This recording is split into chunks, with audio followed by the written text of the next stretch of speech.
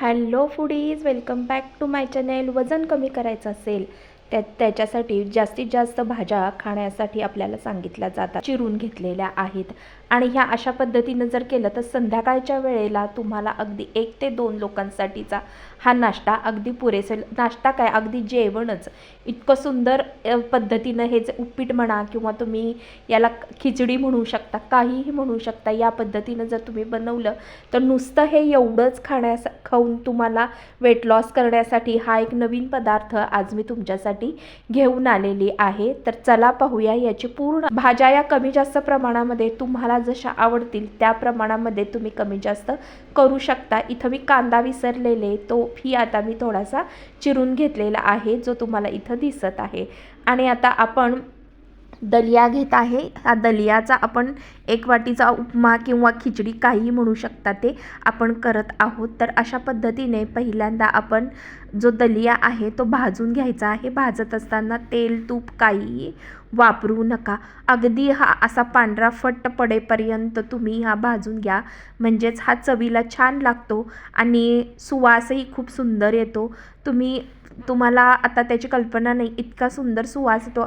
आणि हा माझा एकदम फेवरेट असा नाश्ता कम डिनर म्हणू शकता किंवा रात्रीचं जे जेवण आहे ते तुम्ही म्हणू शकता. हे मला हे उपीट आवडतं.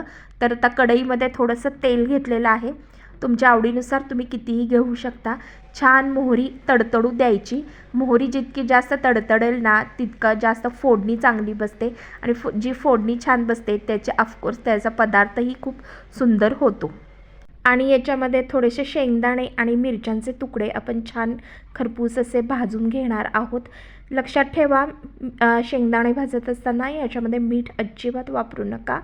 तर नुसतंच तुम्ही या पद्धतीने असं भाजून घ्या, म्हणजे जसं आपण पोहे आणि उपीटाला भाजून घेतो ना त्या पद्धतीनं भाजून घ्या. आता यामध्ये आपण पावटा आणि ह्याच्या सोलाणं जो असतो ना त्याच्या ज्या बिया आहेत ना त्या पहिल्यांदा मी याच्यामध्ये घालून घेणार आहे, म्हणजे जेणेकरून ना त्या भाज्या ह्या चांगल्या शिजल्या जातील. तर पावटा आणि हरभरा म्हणजे ओला हरभरा जो आहे तो याच्यामध्ये पहिल्यांदा मी घालून घेतलेला आहे. त्याच्यानंतर एक कांदा घालून घेऊन इथं छान असं पहिल्यांदा भाजून घ्यायचं आहे. आता फरसबी घातलेला आहे आणि हा फरसबी घालून परत एकदा आपण छान असं भाजून घेणार आहोत. तर याच पद्धतीने बाकीच्या सगळ्या भाज्या, म्हणजेच मटार असू दे किंवा कॉर्न असू दे, जे आपण घेतलेलं आहे, ज्या आपल्या आपल्या आवडीनुसार आपण भाज्या घेतलेल्या आहेत त्या सगळ्या भाज्या आपण याच्यामध्ये घालून घेणार आहोत आणि त्याला छान आधी पहिल्यांदा शिजवून घ्यायचं आहे. लक्षात ठेवा, भाज्यांचा आपण जास्तीत जास्त वापर करत आहोत, त्याच्यामुळे ह्या ज्या भाज्या आहेत ना या चांगल्या शिजल्या पाहिजेत. ती महत्त्वाची स्टेप आहे याच्यामध्ये, हे लक्षात ठेवा. त्यानंतर गाजर आणि टोमॅटो मी घालून घेतलेला आहे आणि मग ह्याच्यामध्ये आपण भाजून घेणार आहोत.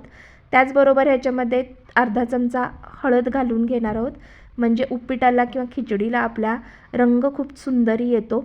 आणि परत एकदा परतून घ्यायचा आहे. परतत असतानाच म्हणजे ही जी भाजी आहे ना ती अगदी 20% शिजली जाते. तुम्ही पाहू शकता त्यात भाजी शिजत आलेली आहे. आणि आता याच्यावरती आपण एक झाकण ठेवून पहिल्यांदा याला दणकून अशी पहिल्यांदा एक वाफ काढून घ्यायची आहे. आणि हे मी अगदी 2 ते 3 मिनटं इथं ठेवलेलं आहे, वाफ काढून घेतलेली आहे त्याची. आणि आता परत एकदा परतून घ्यायचं आहे. ज्या वाटीने मी रवा घेतला होता ना तीसुद्धा वाटी आता तुम्हाला याच्यामध्ये दिसेल. मी जो दलिया घेतला होता त्याला आम्ही रवा म्हणजे मोठा रवा असं म्हणतो. तुम्ही काय म्हणता ते मला कमेंटमध्ये नक्की सांगा. तर याच वाटीने 1 वाटी दलिया घेतला होता आणि आता याच वाटीनं आपण याच्यामध्ये 4 वाट्या पाणी घालत आहोत, कारण हा रवा शिजायला वेळ लागतो. त्याच्यामुळं नॉर्मल जो रवा असतो ना त्याला 3 वाटी पाणी लागतं, पण ह्याच्यामध्ये 1 वाटीला 4 वाटी पाणी घालायचं, हे प्रमाण तुम्ही लक्षात ठेवा. त्याचबरोबर याच्यामध्ये आपण कोथिंबीर घालून घेतलेली आहे आणि यातला आता छान उकळी यायची आपण वाट बघूया. चवीनुसार मीठ घालायचं आहे आणि अगदी 2 चमचे साखर घालायची आहे. साखरेमुळे ना चव छान येते पदार्थाला आपल्या. म्हणून आपण याच्यामध्ये घालत आहोत. लक्षात ठेवा, वजन कमी करत असताना आपण रात्रीचं जेवण हे लाईट घेत असतो. मग एखाद्या वेळेला, आठवड्यातून एखाद्या वेळेला जर अशी खिचडी किंवा असा जर उपमा जर आपण करून जर खाल्ला ना, तर तो आपल्या पोटाला दमदमीतही असतो आणि यानं आपलं वजनही वाढणार नाही. आणि सगळ्या भाज्या घातल्यामुळे याच्यामधून आपल्याला प्रोटीन, मिनरल्स म्हणजे शरीरासाठी जे पोषक गुणधर्म आहेत असणाऱ्या ज्या भाज्या आहेत त्या सगळ्या आपल्याला याच्यातून मिळतात. आता पाण्याला उकळी आल्यानंतर याच्यामध्ये आपण भाजून घेतलेला सगळा दलिया याच्यामध्ये आपण घालून घेणार आहोत.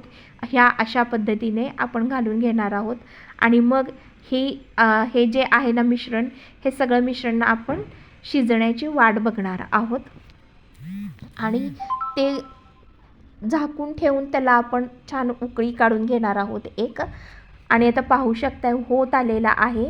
मी झालेलं नाही आहे अजून पूर्ण, पण त्याच्या आधी मी थोडंसं ताटली काढून तुम्हाला दाखवते. अशा पद्धतीनं परत एकदा आपण शिजवून घेतलेलं आहे.